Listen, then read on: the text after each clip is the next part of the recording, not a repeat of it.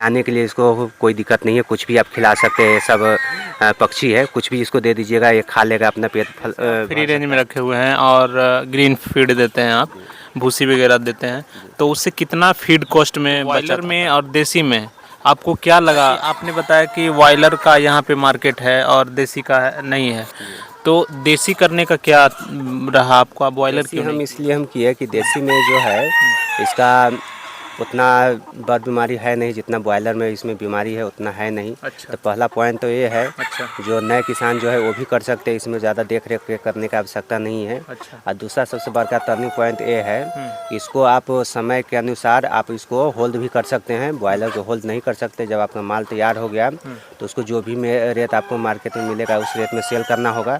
और इसमें जो है देसी में है आप होल्ड भी कर सकते हैं। अगर जो आपको आधा किलो साइज़ है उस समय नहीं बिकता है तो आप तैयार करके बेच सकते हैं, 1.5 किलो साइज़ में करके बेच सकते हैं, 1 किलो प्लस करके बेच सकते हैं।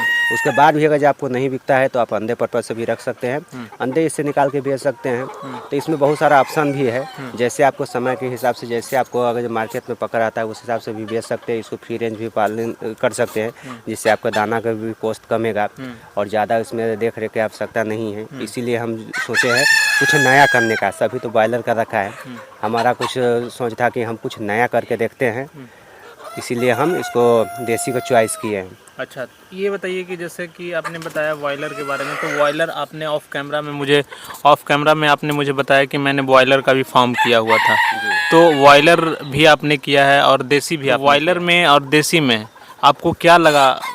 अब बॉयलर में हमको ये है कि जब एक बॉयलर का मुर्गा का पालने में लगभग समथिंग 90 रुपया तक 1 केजी का साइज़ करने में 90 रुपया खर्चा पड़ता है। और मार्केट उसको शेयर मार्केट की तरह ऊपर नीचे उतार चढ़ाव चलता रहता है बॉयलर में। कभी रेट उसका ऊपर चला जाता है, अप जाता है, कभी डाउन जाता है। अगर जो आपका माल अगर जो तैयारी हो गया है उस समय अगर जो मार्केट डाउन हो गया है, कभी 70 रुपये, कभी 75 रुपये, कभी 80 रुपये मार्केट चला जाता है, तो उस समय ज़्यादा करके लॉस ही होता है। लेकिन यही बॉयलर की अपेक्षा जो देसी है उसमें लॉस होने का कोई चांस नहीं है। इसमें आपका कभी भी लॉस नहीं होगा, कितनों भी इसको समझिए कि 1.5 किलो साइज़ हो जाएगा फिर भी आपका लॉस इसमें नहीं होगा। आप यही है अपेक्षा कि बॉयलर में लॉस होता है ज़्यादा, उसमें बड़ बीमारी ज़्यादा है। जब सेल हो तैयार हो गया तो उसको सेल करना ही करना है। इसको तैयार जब हो गया तो होल्ड भी कर सकते हैं, इसको रोक भी सकते हैं। मार्केट के हिसाब से 10 दिन 15 दिन आप इसको होल्ड भी कर सकते हैं। इसीलिए हम बॉयलर को हम उधर साइड कर दिए हैं और देसी हम करना पसंद किए हैं। ये अपने हिसाब से हम इसको समय आगे पीछे भी कर सकते हैं। अच्छा। अच्छा, ये बताइए कि आपका जो शेड है क्या एरिया है आपके शेड का? हमारे जो शेड का एरिया है जो 20 बाई 25 का है, लगभग 500 स्क्वायर फीट में है। 500 स्क्वायर फीट में हम 500 बच्चा भी रखे हुए हैं। थोड़ा सा इसमें 400 ही बच्चा आना चाहिए था। 400 प्रॉपर गर्मी के लिए सही है, जाड़े में तो 500 भी रख सकते हैं, लेकिन जाड़े गर्मी के लिए 400 ही काफ़ी है। लेकिन फिर भी मैंने 500 रखा हूँ। फ्री रेंज हाँ, भी आप फ्री रेंज भी हम कर रखा हूँ। फ्री रेंज लगभग 1500-1600 स्क्वायर फीट में हमारा फ्री रेंज है। तो सवेरे हम लगभग 5 बजे हम समथिंग 5 बजे निकालते हैं फ्री रेंज में, और 8 साढ़े 8 बजे हम फार्म के अंदर बंद कर देते हैं। फिर शाम को भी हम फ्री रेंज में फार्मिंग करते हैं। तो सुबह शाम हम फार्मिंग भी इसको फ्री रेंज भी कर रहे हैं, जिससे हमारे दाने का कॉस्ट भी कम रहा है। दाने का कॉस्ट कम करने के लिए बहुत हम देसी जुगाड़ भी लगा रखे हैं। जैसे धान के भूसी हम खिलाते हैं, बाजरा हो गया, उसके बाद हाइपोपोनिक्स के तरीक़ा से जो मक्का का बनाया जाता है, हरा चारा 1 किलो मक्का से 7 किलो 8 किलो हरा चारा जो बनाया जाता है वो भी हम बना के अपने मुर्गी को खिलाते हैं, जिससे अच्छा, हमारे मतलब कि हाइड्रोपोनिक तरीके से। जी। अच्छा। उससे 1 किलो मक्का से 7 किलो 8 किलो हरा चारा तैयार होता है, वो भी हम खिलाते हैं। उसके बाद खिचड़ी हो गया, अच्छा। उसके बाद चावल पका के सब हम देते हैं जो भी। उसके बाद हरा सब्जी उब्जी जो भी होता है मार्केट में वो भी हम अपने मुर्गी को खिलाते हैं। अच्छा। और ऐसे आप लोग भी देख सकते हैं बाहर फ्री रेंज पे सब मुर्गी से हमारी चल रही है, धान की भूसी उसी ये सब खा रही है, तो हमारा दाना का कॉस्ट भी बहुत कम रहा है। आप फ्री रेंज में रखे हुए हैं और ग्रीन फीड देते हैं आप, भूसी वगैरह देते हैं, तो उससे कितना फीड कॉस्ट में बचत? 60-70% जो है फ्री रेंज में हम पालने से हमारे दाने का कॉस्ट कम रहा है। अभी 500 हमारे मुर्गी है तो लगभग हमें 40-45 किलो डेली का खपत होता है। अच्छा। अगर जिसको फ्री रेंज में हम ना निकाले तो लगभग समथिंग 1 बोरा डेली हमारा खर्चा होगा। लेकिन फ्री रेंज से निकालने से हमको क्या होता है 25 किलो 30 किलो ही डेली हमारा दाना के खपत हो रहा है। तो लगभग वही 15-20 किलो हमारा डेली का दाना के हमको बचत हो रहा है फ्री रेंज में निकालने से। और फ्री रेंज में निकालने से हमको कोई ज़्यादा खर्चा होता नहीं है। 10 रुपया 20 रुपया हम डेली इस पर हम खर्चा करते हैं फ्री रेंज में पालने के लिए, और 10 से 15 किलो दाने का कॉस्ट हम कम कर रहे हैं। अच्छा, तो ये हाइड्रोपोनिक तरीके से आप करते हैं, तो कैसे आपको आइडिया आया, कहाँ से मिला कि हाइड्रोपोनिक तरीके से किया जा सकता है और ग्रीन फीड तैयार किया जा सकता है इसके लिए? हाइपोपोनिक्स वाला हमको जब हम वीडियो एक देखे थे कुछ दिन पहले, हमारे पास मुर्गी को खिलाने के लिए दाना नहीं था, हमारे पास पूरा दाना वाना ख़त्म हो गया था। तो उस समय हम बहुत यूट्यूब पर वीडियो देखे थे, वो एक वीडियो उस पर देखे, उसमें हाइपोपोनिक्स तरीका से मुर्गी को खिलाया जा रहा था और दाना का कॉस्ट बहुत कम किया जा रहा था।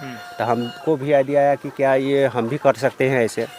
इससे मक्का से हम हरा चारा तैयार करके अपनी मुर्गी को खिला सकते हैं, जिससे हमको दाना के कॉस्ट कमेगा। तो हम उस पर काम करना शुरू किए। मार्केट में हम गए अपना, और जो प्लास्टिक का ट्रे जो होता है उसको हम लेके आए, 2 लेके आए थे। उसमें थोड़ा सा मक्का के हम पहले उसको हम अपने वीडियो पर, हम अपने चैनल पर भी हमेशा वीडियो हम डालते हैं। अगर आप लोगों को चाहिए वीडियो तो हमारे चैनल पर आप जा सकते हैं। हमारे चैनल का नाम है इंद्रजीत देसी पोल्ट्री फार्म, या दूसरा चैनल है इंद्रजीत पोल्ट्री फार्म 2, उस पर भी आप जाके देख सकते हैं फीड एंड फार्मिंग कैसे किया जा रहा है और मुर्गी को हम कैसे खिलाते हैं, सारा वीडियो उस पर मिल जाएगा। Long video, short video, live भी हम हमेशा चलाते हैं, उस पर भी आप देख सकते हैं। तो हमको मार्केट से आइडिया, यूट्यूब से आइडिया मिला, मार्केट से हम ट्रे लेके आए। उसके बाद मक्का को हमने फूलने के लिए रखे थे 24 घंटा। उससे जब फूल गया उसके बाद एक चट्टी का बोरा जो होता है उसमें हम रख रहे थे अंकुरन के लिए। 24 घंटा से लेकर 48 घंटा में वो अंकुरन हो जाता है। उसके बाद ट्रे में हम रख दिए और पानी के फुहारा आधे घंटा 1 घंटा पर उसको देकर 8 से 10 दिन में हमारा हरा चारा तैयार हो जाता है मुर्गी को खाने के लिए। तो इस प्रकार से हम हरा चारा तैयार करके अभी मुर्गी को खिला रहे हैं। डेली लगभग समझिए 2 से 3 दिन पर हमारा तैयारी हो रहा है। हमारे पास अभी उतना साधन नहीं है, इसलिए हम डेली तैयार नहीं कर पाते हैं। उस पर काम कर रहे हैं हम। आगे चल के उस पर एक बेहतरीन तरीका से जब आप दोबारा हमारे पास जब आइएगा तो उस पर भी एकदम पूरा उसको हम सोचते हैं कि एक प्लान बनाए और उस हिसाब से डेली हम 10 किलो 15 किलो 20 किलो डेली चारा हरा चारा तैयार करें। तो उस पर हम काम ये कर रहे हैं। अभी उस पर हमको रिजल्ट अभी 50-60% ही रिजल्ट हमको मिल पाया है, साधन न होने की वजह से। तो उस पर हम कार्य कर रहे हैं। आगे चल के उस पर और बेहतरीन तरीका से हम काम करेंगे। अच्छा, ये बताइए कि देसी पोल्ट्री फार्म में ऐसा भी बोला जाता है कि मतलब ये नुकसान भी होता है, तो देसी पोल्ट्री फार्म में कहाँ पे नुकसान होता है और कैसे नुकसान होता है, इसके बारे में थोड़ा सा लोगों को बताइए। देसी पोल्ट्री फार्म में नुकसान तो हमें जितना जानकारी है, नुकसान तो इसमें न के बराबर है। अगर जब बाई चांस कोई भी बीमारी अगर जो आ जाता है और समय पर आप बीमारी को देख रेख नहीं कर पाते हैं, अगर जो आपको मोलालिटी ज़्यादा अगर जो मुर्गा से मर जाता है तो उस समय लॉस होता है। बाकी बात इसमें लॉस का कोई चांस नहीं है, कहीं से कोई हमको नहीं दिख रहा है कि इसमें कहीं से कोई लॉस है। काहे कि आप छोटा जब साइज़ रहेगा आधा किलो का तभी आप बेच सकते हैं। उसके बाद जब आपका किलो साइज होगा तो भी बेच सकते हैं, मीट पर्पज़ से बेच सकते हैं। जब आपका मुर्गी तैयार हो जाएगा तो अंडे के लिए भी आप उसको निकाल के बेच सकते हैं। तो हमें नहीं लग रहा है इसमें जो कहीं से कोई भी नुकसान इसमें है। जहाँ तक कि फ़ायदे का ही सौदा है ये, लेकिन इसमें नुकसान हमें नहीं लग रहा है कि नुकसान है। अच्छा, देसी पोल्ट्री फार्मिंग में चैलेंजिंग कब आता है, चैलेंजिंग फेस कब करना पड़ता है? चैलेंजिंग उस समय आता है जिस समय आपका पूरा बिल्कुल माल तैयारी हो जाता है, आप और आपको मार्केट में पकड़ नहीं है, उस समय सेल आप नहीं कर पाते हैं, आपको खिलाने के लिए आपके पास पैसा नहीं है। उस समय बहुत ज़्यादा चैलेंज आ जाता है कि हम इसको पाले कैसे। तो उस समय अगर जो उसके पास नॉलेज है, ट्रेनिंग अगर जो ले रखा है, वो तो कैसे भी इसको पाल लेगा। जिसके पास ट्रेनिंग नहीं ले रखे हैं, जिसको जानकारी नहीं है कि हमारे पास दाना नहीं है, हमारा मुर्गी सेल नहीं हो रहा है, हम कैसे उसको अथी करें। उस समय वो आदमी घबरा जाता है और घबरा कर जो भी रेट उसको मिलता है उसी रेट में वो सोचते हैं कैसे भी हम इसको बेच के हटा दें। तो उस समय वो आदमी घबरा जाता है, उसी समय उसको लॉस हो जाता है। अगला जो आदमी जो बैठा हुआ है वो तो सोचता रहता है कि आदमी कैसा आदमी है, उसको हमेशा सोचता रहता है कि जितना हमको सस्ता में मिल जाए, किसी तरह से ये फंस जाए और सस्ते में हमको माल दे दे। उस समय आदमी फंस जाता है।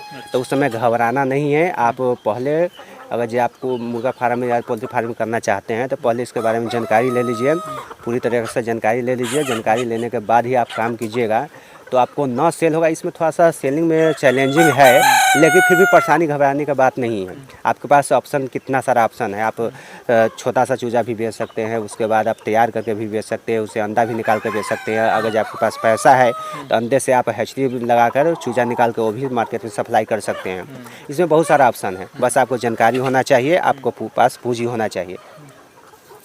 कितना में देखिए 14 मिनट की वीडियो में बना दिया, आपका हो गया।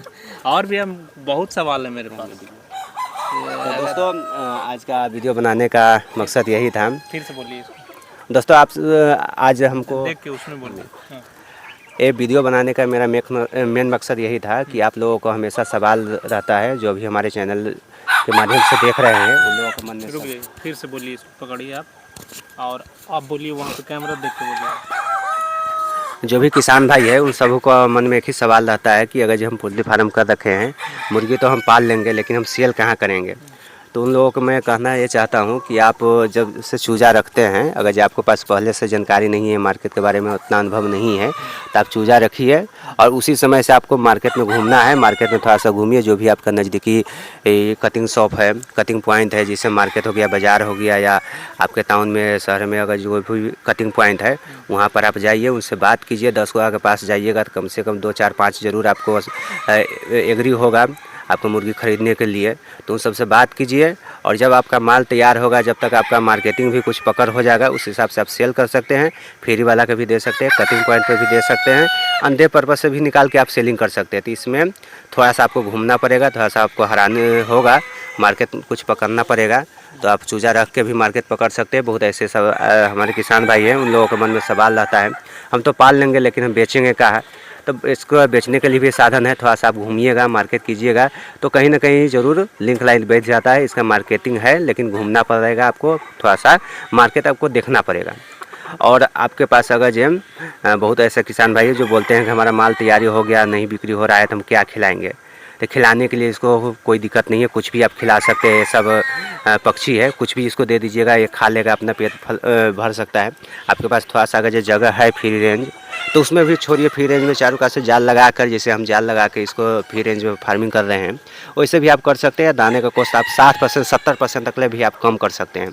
आप कैसे कम कीजिएगा वो भी आपको हम वीडियो के मार्फत से हमेशा बतलाते हैं और आगे भी बतलाते रहेंगे। तो आप लोग इस वीडियो को ज़्यादा से ज़्यादा शेयर कीजिएगा नए किसान भाइयों के पास। ऐसे ही वीडियो हमेशा आपके लिए हम बनाते रहते हैं और आगे भी बनाते रहेंगे।